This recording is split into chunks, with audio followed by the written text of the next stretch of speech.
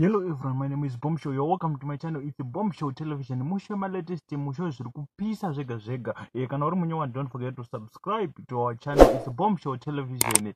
Nasi ndava good news. Kana une business raunoita, imborisa mu comment section unoona kuwana nonechi ne customer kana munhu anozvida.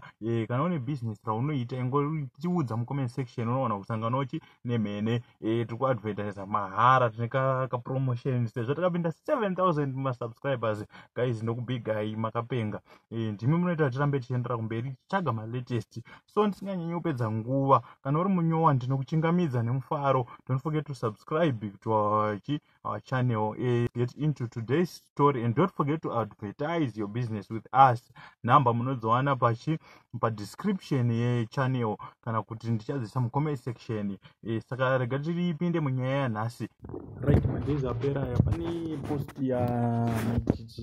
mapost in fact mapictures aichenderera achinzi found new love yechechechecheche but aya ndo mapictures aitenderera. Pane iro rekutanga iro rine aro, then kozoita iro rine vanhu rokukisana iro vakataura kuti no it's not me, and then iri manje vanhu vanga vane maqueries pakuti inyange kana unzwa kuti ukutorwa picture necelebrity hanzi mukadzi wacho ndiye aitora, but pane post yavaisa vachiramba ndeiyi manje hanzi if I'm ever going to date again, trust me, anenge asiri munhu mutema. Below is a picture taken by the worst girlfriend yesterday. Iro rara rine aro ndori kunzi kushow mukandiona chete ndine murungu motoziva kuti ndiwo cat father.